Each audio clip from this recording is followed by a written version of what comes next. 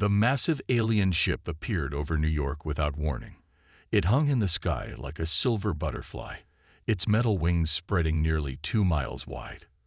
Within hours, every TV channel, phone, and computer screen on Earth showed the same message. The Galactic Council welcomes Earth to the civilized stars. Captain James Reed straightened his uniform for the 10th time as he waited in the United Nations building. As Earth's top military representative, he had to show humanity's best face to these advanced aliens.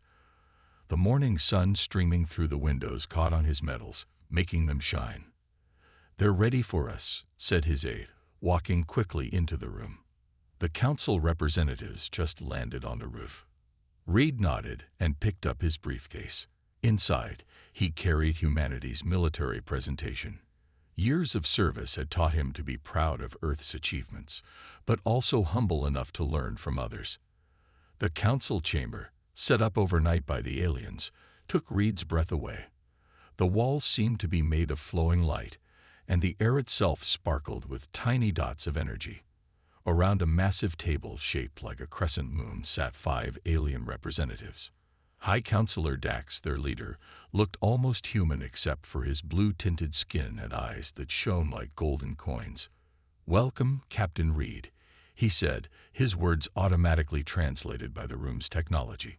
"We look forward to your presentation on Earth's defensive capabilities." Reed set up his holographic projector, a top-of-the-line Earth model that suddenly seemed like a child's toy compared to the alien technology around him. "Thank you, High Counselor. Earth has developed various military technologies that we believe." "Is that a chemical propulsion weapon?"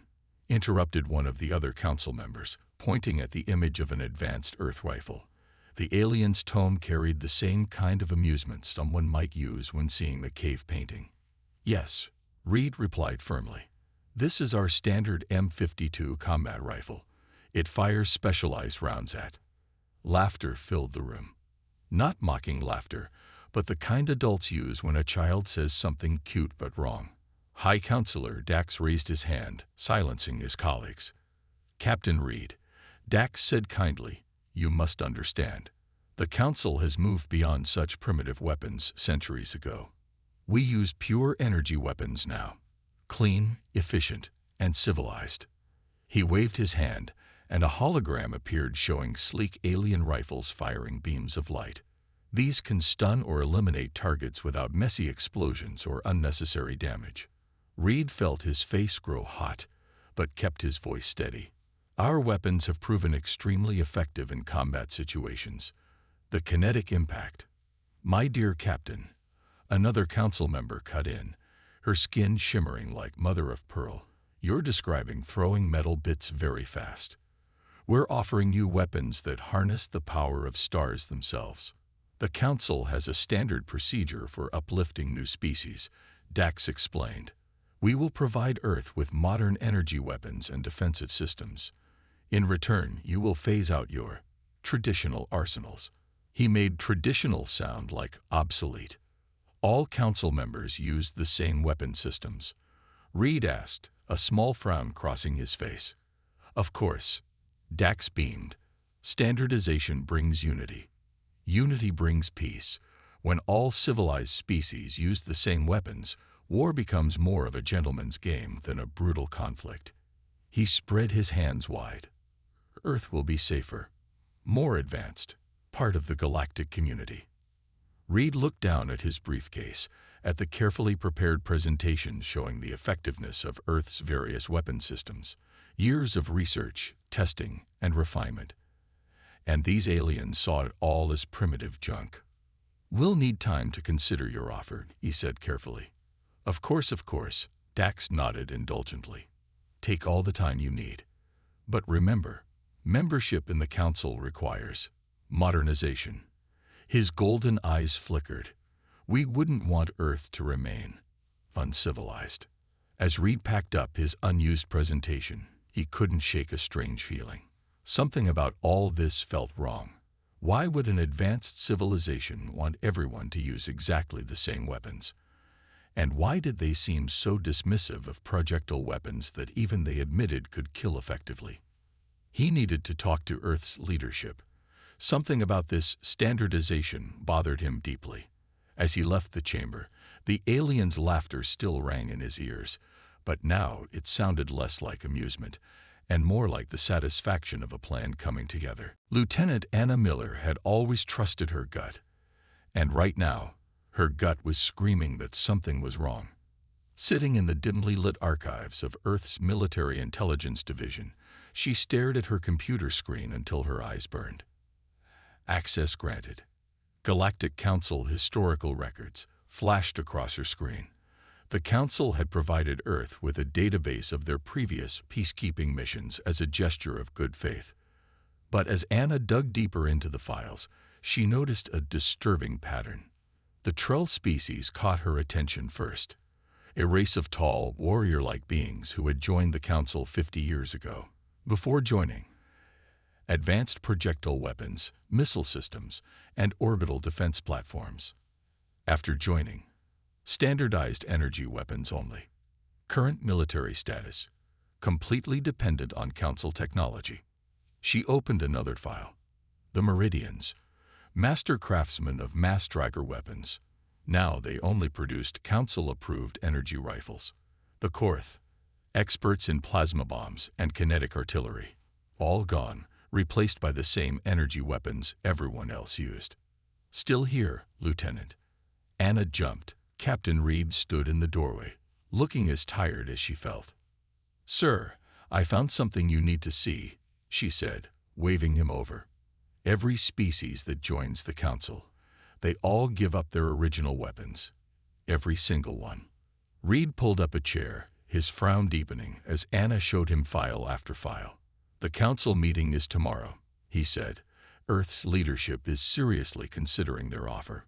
Most people are excited about getting advanced alien technology. But look at this," Anna pointed to her screen. "The Trell try to keep some of their old weapons as backup. The Council cut off their energy weapon supplies until they destroyed everything." Reed rubbed his chin. An entire galaxy using the same weapon system. If someone found a weakness. "Exactly," Anna nodded. "And there's more. I found reports of worlds that refuse to give up their traditional weapons. They're not in the Council database anymore. It's like they just disappeared." The clock on the wall showed 3 a.m., but neither of them felt like sleeping. Reed pulled out his tablet, showing Anna the latest Council proposal. Earth would receive enough energy weapons to equip their entire military within 1 month. All they had to do was destroy their existing arsenals. "The technology is amazing," Reed admitted. "Their energy weapons never need reloading. The power cells last for years. It all sounds perfect." "Too perfect," Anna muttered, opening another file. "Sir, look at the maintenance records. Every Council species gets their weapons serviced by Council technicians.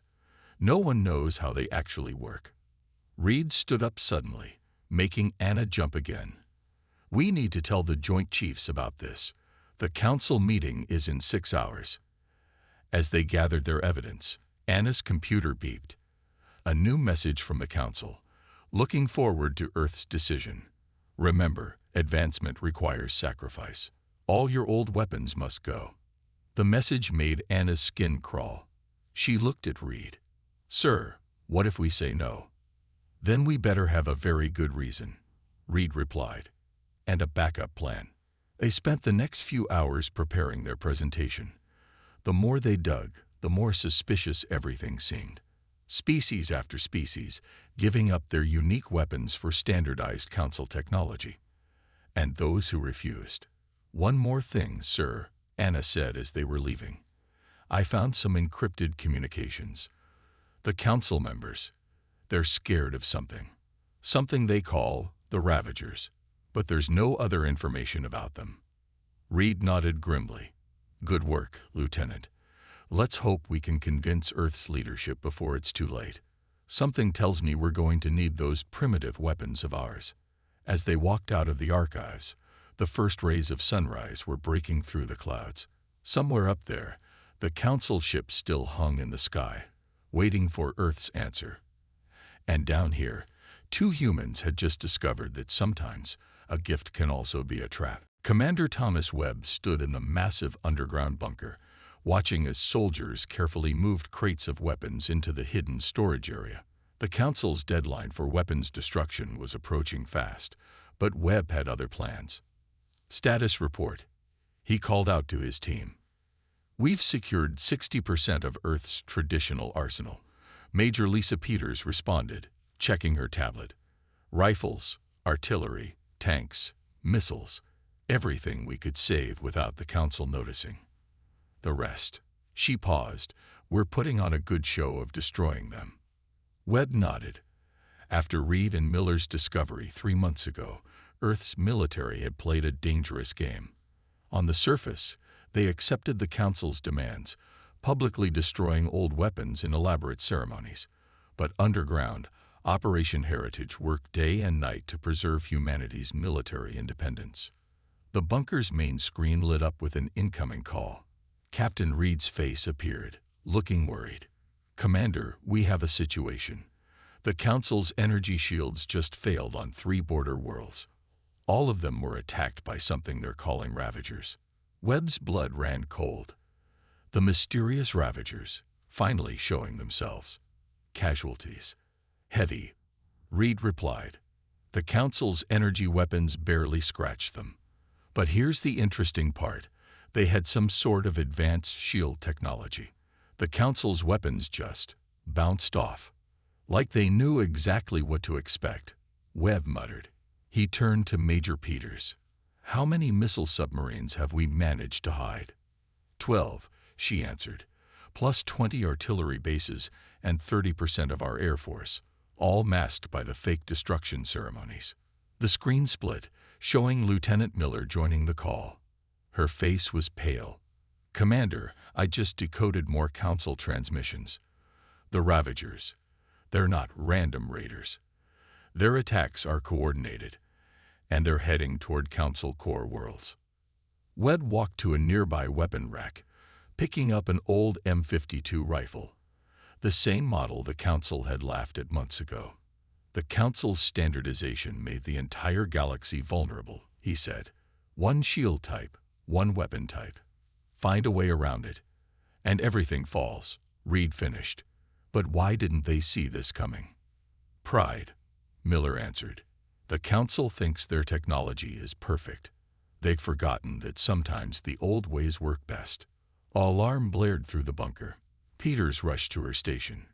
Commander, Council ships are entering orbit. More than usual. They're running. Webb realized. The Ravagers must be winning. He turned back to the screen. Captain Reed, how many Council refugees can Earth handle? That's not why they're here. Miller cut in, her voice shaking. I just found their real plan. They're not running to us. They're running through us. Earth is a strategic fallback point. They plan to use us as a buffer while they regroup. Webb's jaw tightened. Without asking us, I assume. They don't ask primitive species for permission, Reed said bitterly. But they don't know about Operation Heritage. They think we destroyed everything. The commander walked to a massive blast door, pressing his hand against the cold metal. Behind it lay row after row of humanity's saved weapons. Guns, missiles, bombs, and artillery pieces that the Council thought were gone. Weapons that still fired solid bullets and explosive shells instead of energy beams. Major Peters, he said quietly, begin distributing the weapons to our hidden bases. Lieutenant Miller, keep monitoring Council communications. Captain Reed. He smiled grimly. I think it's time to show our alien friends why we kept our primitive arsenal. The bunker hummed with activity as soldiers moved faster, checking weapons and preparing for what was coming. Somewhere up in space, the Ravagers were approaching, confident in their ability to defeat the Council's standardized weapons.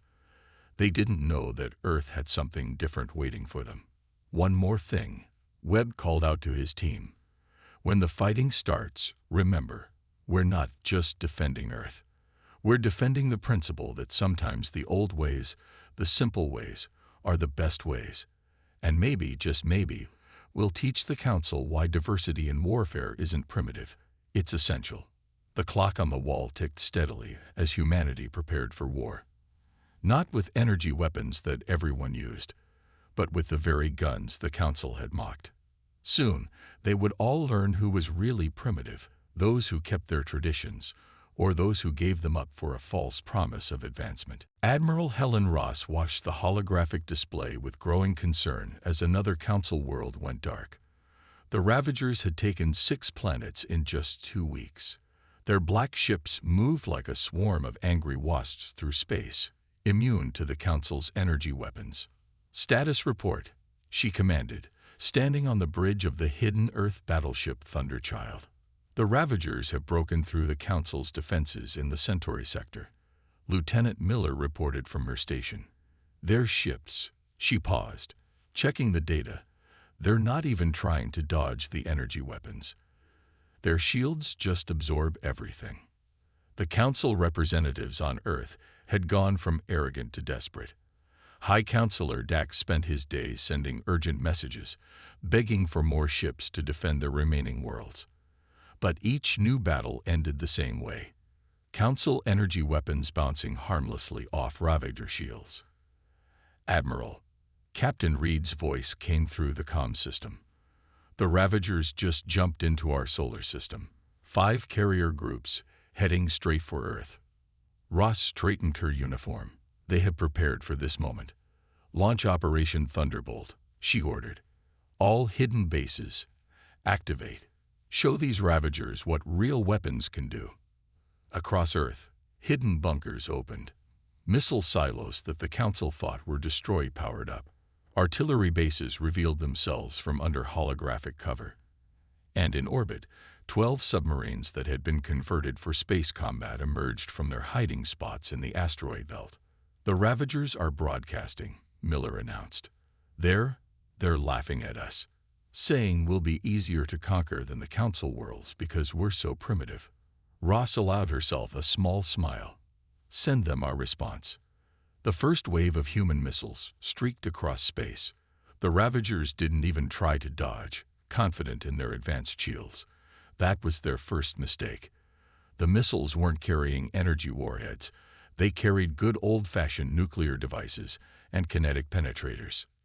The explosion lit up Earth's orbit like a new sun. When the light faded, 2 Ravager carriers had massive holes torn in their sides. "Direct hits," Reed shouted. "They're shields. They're calibrated to stop energy weapons, not physical objects." The Ravagers, shocked by the unexpected damage, began evasive maneuvers. But humanity was just getting started. The space submarines launched their torpedoes, massive projectiles that ripped through the alien shields like paper. Traditional railguns on Earth's surface fired shells at incredible speeds, adding to the chaos. "Council ships are asking what's happening," Miller reported, trying to hide her grin. "They want to know how we're damaging the Ravager fleet when their weapons couldn't." "Tell them to watch and learn," Ross replied. She turned to her weapons officer. "Show them what those primitive nuclear missiles can do." The battle raged for hours. The Ravagers, caught completely off guard by weapons they hadn't faced in centuries, tried desperately to adapt. But their shields, so perfect against energy weapons, provided almost no protection against physical projectiles. "Enemy fleet is retreating," Reed announced finally. 3 carriers destroyed, 2 heavily damaged. He checked his screens in amazement. "We actually won." The bridge crew cheered, but Ross kept her focus. "Get me a line to High Counselor Dax," she ordered. "Tell him Earth is ready to help defend other worlds, but only if the Council admits they were wrong about our weapons." As she waited for the Council's response, Ross looked at the debris of Ravager ships floating in orbit. Sometimes the old ways were the best ways.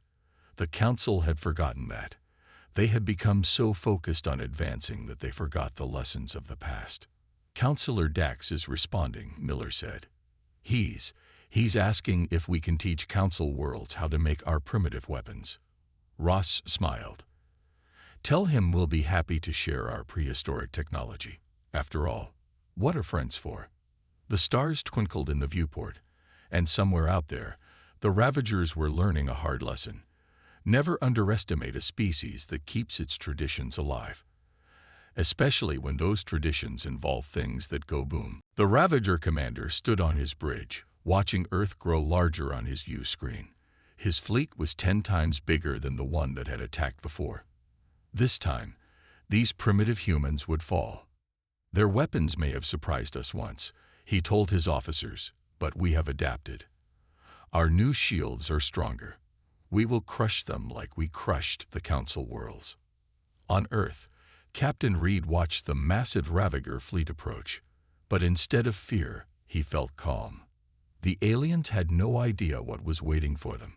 All stations report ready, Lieutenant Miller announced from her post in the Global Command Center. Around her, screens showed military bases worldwide preparing for battle. Operation Steel Rain is good to go. The Ravagers struck first, their ships launching energy weapons that lit up Earth's sky like fireworks. Their improved shields glowed with confidence, ready to block any nuclear missiles or railgun shots like the ones they'd faced before. That's when humanity revealed its first surprise. Launch the ballistic chaff, Reed ordered. Thousands of small rockets shot into space, exploding into clouds of aluminum strips and metal particles. The Ravager energy weapons hit this cloud and scattered in all directions, becoming harmless like shows. Simple World War II technology, Reed explained to the stunned Council observers. Sometimes the old tricks work best. The Ravagers pushed through the chaff clouds, confident their numbers would overwhelm Earth's defenses. That's when humanity unveiled its second surprise. Activate the magnetic pulse cannons, Commander Webb ordered from his bunker. Giant electromagnets, built in secret while pretending to install Council energy weapons, powered up worldwide. The pulses they fired weren't meant to destroy. They were meant to disrupt. Ravager shields flickered and failed as the magnetic waves hit them. Their energy weapons sputtered and died. They had planned for nuclear strikes and railguns, but not this old electromagnetic technology. Now, Admiral Ross commanded from orbit. All units, open fire. Earth's hidden arsenal roared to life. But this time, it wasn't just missiles and shells. Humans had learned from the first battle and created new weapons combining old ideas with new knowledge. Shotgun satellites fired clouds of metal pellets at near-light speed, shredding Ravager ships like paper.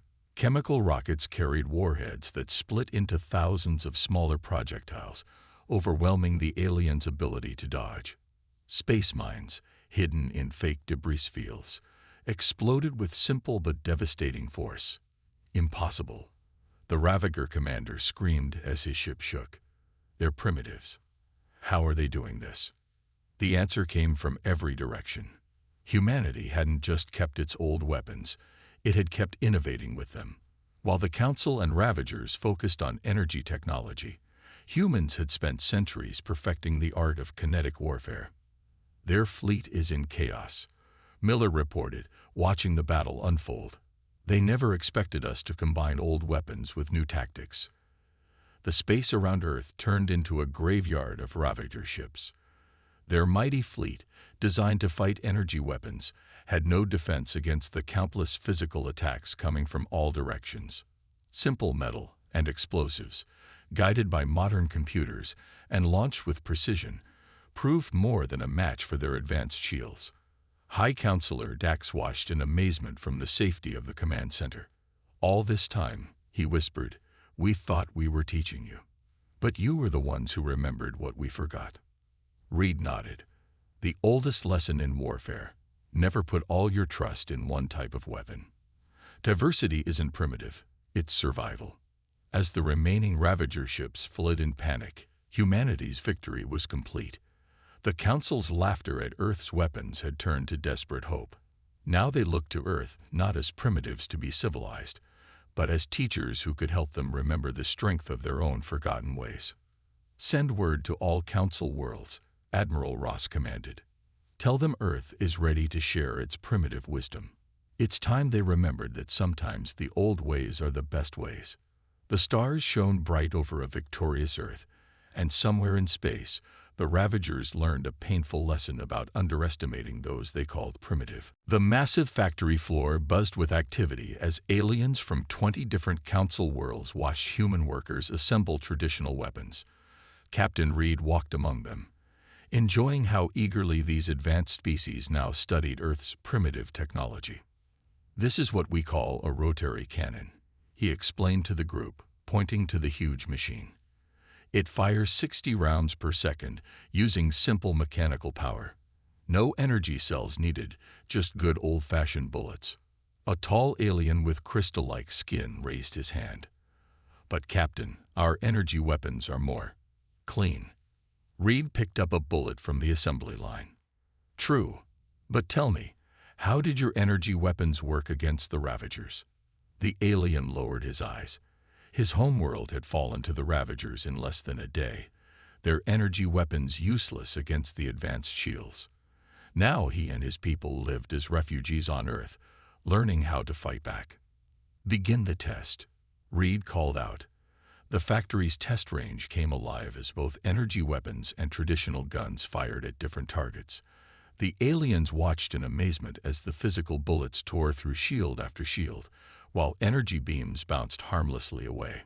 The Ravagers forgot about kinetic weapons, just like the Council did, Reed explained. They built perfect defenses against energy attacks, but they can't stop simple metal moving really fast. In orbit above Earth, Lieutenant Miller supervised another kind of lesson. Council engineers floated in space alongside human workers, learning how to convert their ships to carry physical weapons instead of just energy beams. "See this missile bay?" Miller pointed to a newly installed launcher. "It's based on submarine technology from hundreds of years ago. Sometimes the old ways are the best ways." "Our people called such weapons barbaric," a Council engineer admitted, watching a test missile streak across space. "We thought we were too advanced for explosives and bullets." Miller smiled. "Being advanced doesn't mean forgetting what works. It means having more options, not fewer." Back on Earth, Commander Webb led a different kind of training. In a massive field, Council soldiers learned to use everything from simple rifles to advanced railguns. The sound of gunfire and explosions filled the air as aliens discovered the joy of weapons that didn't need charging or complex power cells. "Remember," Webb called out to his students, "energy weapons are great, but they're not the only answer. Your ancestors used physical weapons for a reason." One of the alien soldiers hit a target with a sniper rifle, his shot perfectly placed. "This feels right," he said, surprised. "Like remembering something we forgot." In the Council chambers, now temporarily moved to Earth for safety, Admiral Ross met with High Counselor Dax. The screens around them showed Ravager forces being pushed back across the galaxy as more worlds adopted Earth's weapons and tactics. "The Ravagers are retreating from 3 more systems," Dax reported, his golden eyes showing respect instead of their former arrogance. "Your weapons, your training, you're saving us all." Ross spread out a map of the galaxy. "We're just getting started. Earth's factories are running day and night, producing weapons for every Council world. But more importantly, we're teaching your people to make their own." "To think we called you primitive," Dax shook his head. "We were the primitive ones, thinking that newer always meant better." Outside the chamber, the sounds of construction echoed as new weapon factories rose from the ground. Earth had become the arsenal of the galaxy, not through advanced technology, but through remembering what worked. The Ravagers thought they could conquer the galaxy because everyone used the same weapons, Ross said, looking at the stars through the window. "Instead, they taught us all a valuable lesson. True strength comes from keeping our options open." Dax nodded, watching human teachers guide Council students in the courtyard below. "Perhaps that is the most advanced wisdom of all." 1 year after Earth's first victory against the Ravagers, the Great Hall of the Galactic Council looked very different. Where once there had been only sleek energy weapons on display, now the walls showed weapons from every age and culture. Ancient projectile weapons hung next to modern railguns. Simple explosives sat beside advanced energy cells. Captain Reed, now Admiral Reed, stood at the speaker's podium, looking out at the gathered representatives of 100 worlds. Behind him, the captured hull of a Ravager flagship hung as a testament to their victory. "The last Ravager fleet surrendered yesterday," he announced, his voice carrying through the hall. "Their invasion is over." The crowd erupted in cheers. Council members who once looked down on primitive weapons now wore traditional projectile weapons alongside their energy rifles. They had learned the hard way that having only one type of weapon meant having only one way to lose. Lieutenant Miller, now Captain Miller, stepped forward with a holographic display. "The numbers tell the story," she said. "Before Earth taught the Council worlds to use traditional weapons, the Ravagers conquered a planet every 3 days. After we shared our technology, they didn't take a single new world." High Counselor Dax rose from his seat, his golden eyes humble instead of arrogant. "Earth has taught us that wisdom doesn't always mean moving forward. Sometimes it means remembering where we came from."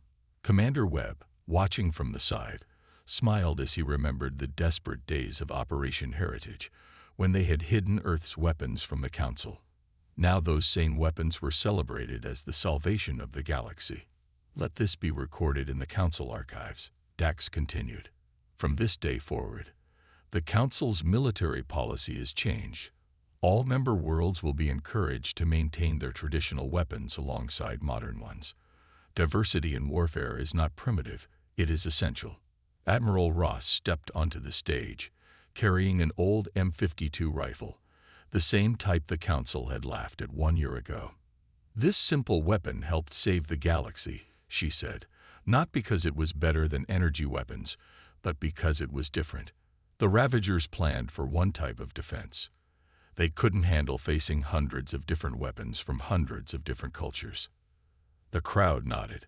They had learned this lesson the hard way. Standardization had nearly led to their destruction. Now, every Council world was bringing back their old weapons, rediscovering the fighting styles of their ancestors. "But our victory teaches us something else," Reed added.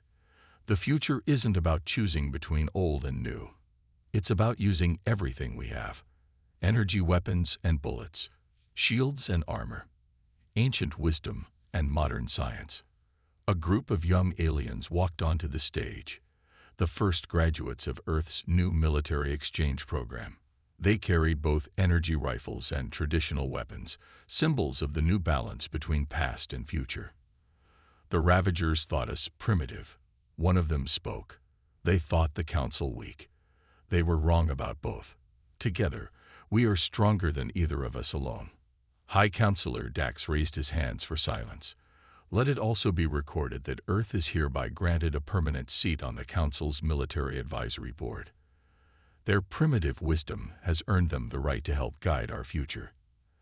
As the ceremony ended, Reed walked through the Great Hall, looking at the weapons on display.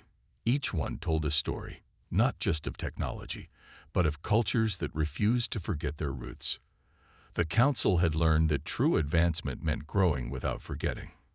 Outside the hall, the stars shone bright over a peaceful galaxy. In orbit, ships carried both energy cannons and traditional weapons, ready for any threat. On 100 worlds, people practiced with both old and new weapons, understanding that strength came from variety. The Council had laughed at human guns until they fired. Now they learned from them, and the galaxy was stronger for it. Sometimes the best way forward was to remember what worked in the past. And somewhere in the darkness of space, the defeated Ravagers learned the hardest lesson of all. Never laugh at weapons that can still kill you, no matter how old they might be.